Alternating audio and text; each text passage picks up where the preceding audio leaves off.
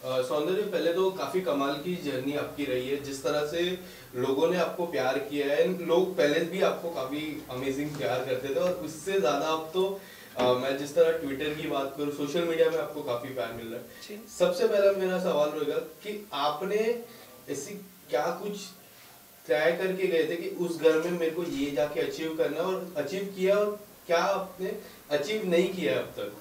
सबसे पहली बात तो ये है कि आई एम वेरी थैंकफुल कि मैं गई और चीज़ें ऐसी बन गई कि बिग बॉस ने मुझे बुला लिया। क्योंकि मैंने लाइफ में कभी बिग बॉस नहीं देखा है और मुझे पता नहीं कि रियलिटी शो में कैसे रहना है, कैसे कंडक्ट करना है, और ना मेरी कोई प्रिपरेशंस थी। सो आई थिंक ये चीज़ शायद वर्क भी करी मेरे लिए। और सबसे बड़ी बात, आप रियलिटी शो में जा रहे हो तो आप रियल रहो, and the best thing about being real is आपको याद नहीं रखना पड़ेगा आपने क्या फेक किया था। So I am just being myself. जो मैं आपके सामने हूँ ना, मैं वहीं पर हूँ। And I don't have to remember कि मैंने किससे दोस्ती में कैसे बिहेव करना है, किसके साथ कैसे रहना है। सो बहुत कुछ मैंने अचीव कर लिया है। सबसे बड़ी चीज़, मैंने आप लोगों का प्यार पा लिया है। और सच्चाई की वही मैंने आपको बोला कि सबसे बड़ी ताकत है कि आपको याद नहीं रखना है कि झूठ क्या बोला था। जो कि वहाँ बहुत लोग ऐसे हैं कि दे डोंट अबाइड, बट मुझे उसमें नहीं जाना है। और शायद उनकी उस चीज़ की वजह से मुझे और ये लगता था कि ऐसे कैसे कर सकते हैं, मुझे तो एटलीस्ट रहना, I don't have to lose myself. So प्यार बहुत मिला है, पेशेंस बहुत आ गई है। कान के पर्दे थोड़े फट गए, बट अभी इलाज चल रहा है मेरा। सौंदर्य, आपकी जर्नी की बात करें तो दो पार्ट में डिवाइड हो जाती है। एक पार्ट जब गौतम उस घर में थे, और दूसरा पार्ट जब गौतम उस घर में नहीं थे। हाँ। सबसे पहला पार्ट अगर मैं बात करूं तो लोगों का ये मानना था कि this was just for game, and उसके बाद जो जिस तरह पता चला, जिस तरह आप टास्क करते थे, और जिस तरह that was not for game, तो वो दो इक्वेशन के बारे में थोड़ा सा अगर आप डिटेल में, या फिर अब आप बाहर जब आते हो तो उस दो पार्ट के बारे में किस तरह से डिस्कशन होता है? आपने इस बार गौतम को पूछा? नहीं, एनीवे मेरी उनसे बात नहीं हुई है अभी तक, मुझे 2 दिन हो गए आए हुए।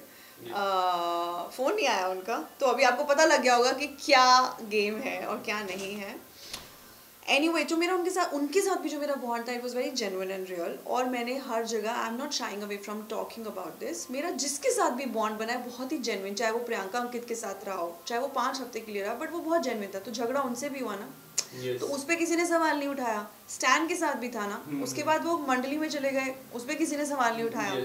तो वाई ओनली दिस? तो कहने का मतलब है कभी कभी सर्कमस्टांसेस, चीज़ें ऐसी बन जाती हैं कि आपके रिश्ते तो बनते हैं आपकी तरफ से जेन्युइन, अब सामने वाले का कितना क्या है उसमें, वो भी बहुत मैटर करता है ना। ताली एक हाथ से नहीं बजती है। हाँ, वो जो मेरी जर्नी थी, उनके जाने के बाद जो भी चीज़ें मुझे फील हुई, उसके भी बहुत कारण थे। Correct. And my point is कि 2 भाग में तो आपने डिवाइड किया, मेरे लिए तो सेम जर्नी है। और सबसे रिश्ते बनते हैं, बिगड़ते हैं, और वो घर ही ऐसा है। हालांकि रिश्तों की शुरुआत शायद अब उस घर से निकल के अब पता लगेगी कितने जेन्युइन थे, उनकी तरफ से, मेरी तरफ से, तो सबकी तरफ से, मेरे दोस्तों के लिए सच्चे थे।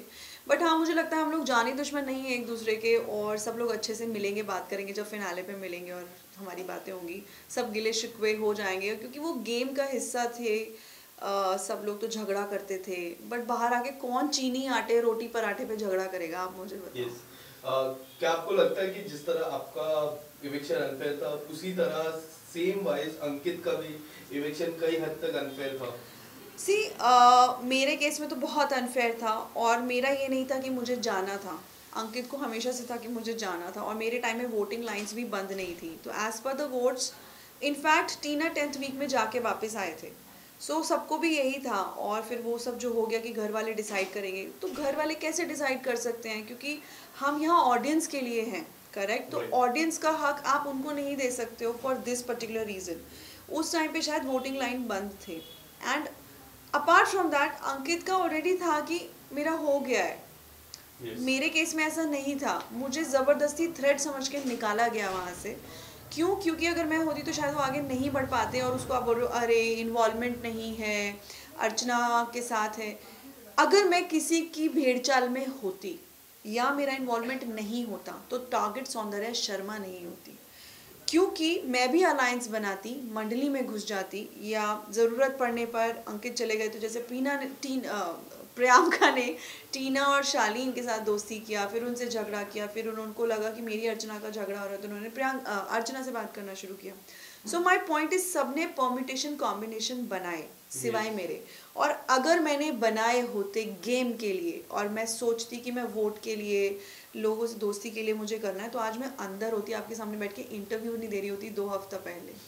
सौंदर्य, क्या आपको लगता है कि इस सीजन में सबसे ज्यादा पेरेंट्स इन्वॉल्व हुए हैं? जिस तरह सुम्बुल की मैं बात करूं, सुम्बुल के पिताजी ने काफी कुछ कहा, प्रियंका के भाई ने काफी कुछ कहा, शिव ठाकरे की मम्मी ने काफी कुछ कहा, कि क्या लगता है कि इससे पहले ये सीजन के सबसे ज्यादा पेरेंट्स इन्वॉल्वमेंट थी और उसके वजह से घर में काफी सारी बातें बिगड़ी है?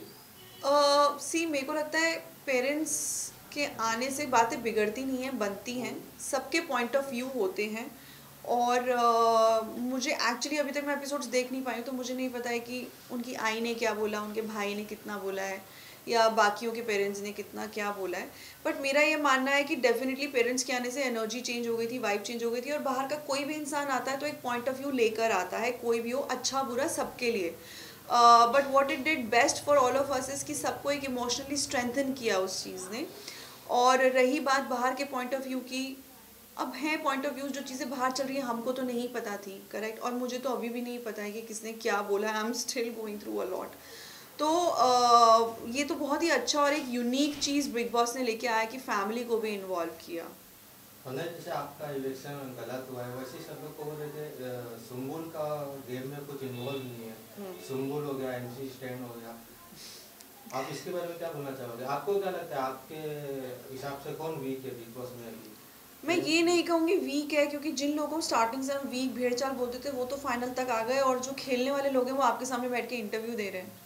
सो मेरे बोलने ना बोलने से नहीं होता, क्योंकि हमारा परसेप्शन अलग है। देन देयर सब सी ऑल्सो एक और बात है ना कि मैंने कभी कोई टीवी शो नहीं किया है, मैं फिल्म बैकग्राउंड से हूँ और वेब शोज़ मैं करती हूँ, तो मेरा फैन बेस बहुत अलग है। देन सुम्बुल का 2 साल से टीवी शो चल रहा है, उसने एक बहुत बड़ा फैन बेस बनाया, लोग उसे बहुत प्यार करते हैं, ठीक है।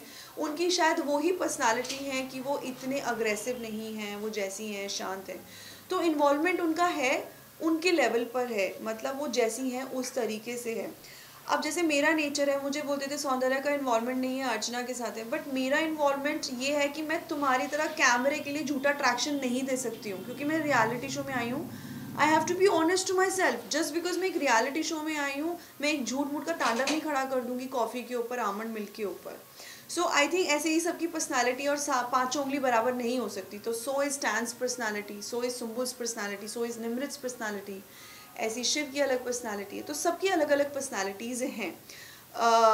तो अब जैसे वो बोलते थे प्रियंका कि नहीं अंकित का इन्वॉल्वमेंट है, मेरे साथ तो है, बट उनका इन्वॉल्वमेंट होना और घर में इन्वॉल्वमेंट होने में फ़र्क है। तो अभी मेरे को ये नहीं पता कि मैं इस चीज़ का क्या जवाब दूँ कि स्टैंड मंडली में इन्वॉल्व थे कि घर में इन्वॉल्व थे, सुम्बुल घर में इन्वॉल्व थी, मंडली में इन्वॉल्व थी, तो सबका अपने अपने लेवल पे इन्वॉल्वमेंट है। बट हाँ, मुझे लगता है कि अपनी एक अलग ओपिनियन होनी चाहिए इंसान की। That is what the show is about. सौंदर्य, क्या आपको लगता है कि आपने एक इंटरव्यू में भी इस बात का जिक्र किया था कि जिस तरह लोग साजिद खान से टच में आ रहे हैं, जिस तरह इन्वॉल्व हो रहे हैं, वो लोग कई हद तक बॉलीवुड की ब्रेक थ्रू के लिए वो सारी चीजें कर रही है जो आपको नहीं करना है? क्या आपको ये बात कितनी सच्चाई लगती है इस बारे में? करते होंगे लोग जिनको करना है, मुझे पता नहीं है, क्योंकि लाइक आई सेड मेरे कोई एजेंडाज रहे नहीं है। अगर मेरे हिडन मोटिव्स एजेंडाज होते थे तो शायद मैं इस चीज़ का जवाब दे पाती। तो बाहर क्या बातें हो रही थी मुझे नहीं पता। और by the way, just because किसी का किसी से एक बॉन्ड बन जाता है, मुझे नहीं लगता इस समय के लिए वो इंसान उनको सडनली मूवी ऑफर कर देगा। ऐसे तो पूरी इंडस्ट्री, सब सुपरस्टार होते हैं, सबके पास बहुत बहुत काम होता है, सबके बहुत बहुत कनेक्शंस हैं। तो ये बहुत गलत उन लोगों की धारणा थी या है, जिसने भी बोला है मुझे नहीं पता। तो ये तो कभी भी हो सकता है, वो बाहर आके पता लगता है, और किस्मत से ज़्यादा किसी को नहीं मिलता है। सो ये I don't believe in all this. सौंदर्य, एक आखिरी सवाल मेरा, 2 आखिरी सवाल। पहले तो आपके हिसाब से टॉप 3 कौन होंगे और डिजर्विंग विनर अब कौन होता है आपके अलावा? क्योंकि आप डिजर्विंग विनर, आपके अलावा अब क्या लगता है टॉप 3 और डिजर्विंग विनर कौन होगा? और एक और सवाल, लास्ट सवाल जो मेरा रहेगा कि इसके आने वाले समय में क्या कुछ अपकमिंग प्रोजेक्ट होगा? ओके, तो पहला डिजर्विंग के लिए मैं बोलूँगी मेरे अलावा कि देखिए अभी मेरे हिसाब से जिन सब लोगों ने 105 दिन निकाले वो विनर्स हैं, apart from the negative elements I am talking about. क्योंकि अपने आप में रहना ये एक विनिंग क्वालिटी है, इतने दिन वहाँ रह जाना। सो बट मैं डेफिनेटली चाहूँगी कि मेरी दोस्त है अर्चना, वो जैसी भी है, जिसको जैसी भी लगती है, बट मुझे पता है कि सच्ची है और उसके कोई बहुत ऐसे मुखौटे नहीं हैं। तो और डिज़र्विंग की अगर वो बात करते हैं तो मैं डेफिनेटली लोगों का नाम नहीं लूँगी, क्योंकि इनको लगता था कि इन्वॉल्वमेंट नहीं है, टास्क बहुत अच्छा लग करती है।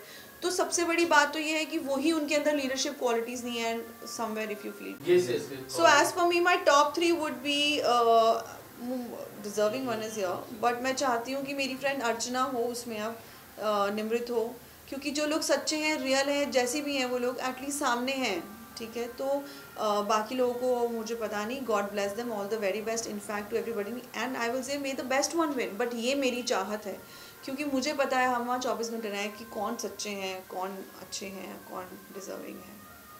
सौंदर्य, इसके अलावा कुछ आने वाले समय में अपकमिंग प्रोजेक्ट या फिर कुछ प्लान? जी, सो अभी ऑलरेडी 2-3 चीज़ें तो स्टार्ट हो गई हैं, एंड स्क्रिप्ट्स भी पढ़ रही हूँ, अभी मैं मीटिंग से ही आ रही हूँ। सो आई होप चीज़ें अच्छी रोल आउट हों, और प्यार मिल रहा है तो आई एम श्योर चीज़ें बनेंगी आगे, and this is what I pray for. बीच में ही आपकी एक सीरीज भी आई थी। हाँ, देखिए आप लोगों ने, प्यार मिला था, लोगों की तरफ से स्क्रीनिंग हुई थी, आप घर के अंदर थे तभी कुछ। हाँ, आई हैव नो क्लू। मैंने उस सीरीज पे बहुत हार्ड वर्क किया, मैंने उसके लिए 15 किलो वजन बढ़ाया था, जो कि लूज कर ही रही थी मैं, और उसके दौरान मैंने 2-3 प्रोजेक्ट्स भी छोड़े थे because I wanted to be back to my shape, and अभी भी ऑलमोस्ट किया है, बट मुझे और 5-6 किलो अभी भी मेरा बचा हुआ है from actually who I was physicality wise. So मैं मिस कर रही हूँ वो चीज़ देखना, क्योंकि मैंने उसके लिए दिल जान से मेहनत करी थी, और एक एक्ट्रेस के लिए स्टार्टिंग ऑफ अ करियर इतना डी ग्लैमराइज रोल करना और 15 किलो वज़न बढ़ाना, मुझे सब ने इतना बोला था, अरे तुम पागल हो गई हो, ऐसे वैसे तुम हीरोइन हो, बट मैंने वो सब नहीं सोचा, बिकॉज आज के टाइम में performance is more important, and आप कितना दे सकते हैं। सो आई एम ग्लैड आप बता रहे हैं कि बहुत अच्छा उसने किया सीरीज़ ने, कंट्री माफिया ने। सो या thank you so much. Thank you.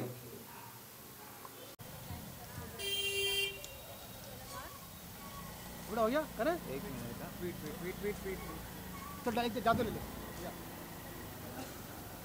चलो हो गया, एक मिनट, एक आधे ले लीजिए,